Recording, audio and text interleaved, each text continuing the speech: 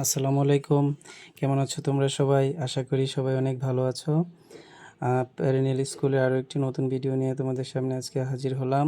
আজকে তোমাদেরকে শেখাবো বীজগণিতীয় সমীকরণের সমাধান।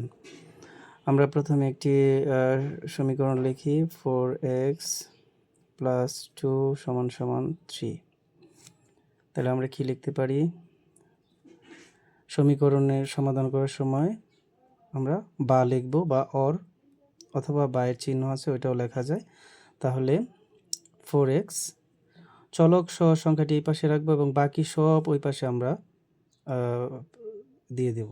হ্যাঁ, তাহলে কি থাকে 3, এই পাশে প্লাস থাকলে এই পাশে কি হবে -2। আচ্ছা, তাহলে 4x = 3 থেকে 2 চলে গেলে থাকে 1। এই পাশে দেখো 4x এর সাথে আছে গুণ অবস্থায়। 4x সম্পর্ক হচ্ছে গুণ, গুণ ওই পাশে গেলে হবে ভাগ। তাহলে x = 1/4। এটা হচ্ছে আমাদের সমাধান। অতএব নির্ণয় সমাধান x = 1/4।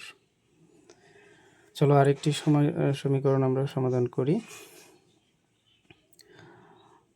2/3x +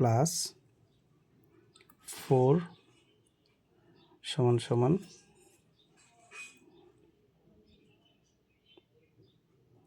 5। আচ্ছা, তাহলে এটা ধরো একটা সমীকরণ।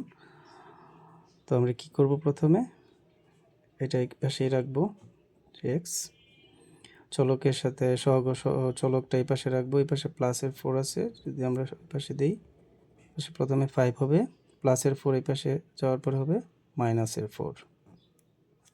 আচ্ছা, তাহলে 2/3x = 4, 5 থেকে 4 চলে গেলে হয় 1। এই পাশে দেখো একটা ভগ্নাংশ আছে, সবসময় মনে রাখবে ভগ্নাংশ যদি সমীকরণে থাকে এক পাশ থেকে অন্য পাশে নিলে ভগ্নাংশটা উল্টে যায়। তাহলে x = 1 × উপরে 3 নিচে 2। তাহলে x = কি হলো? এটা গুণ করলে 3/2। অতএব নির্ণেয় সমাধান x = 3/2। আশা করি তোমরা বুঝতে পেরেছো বীজগণিতীয় ও সমীকরণের সমাধান।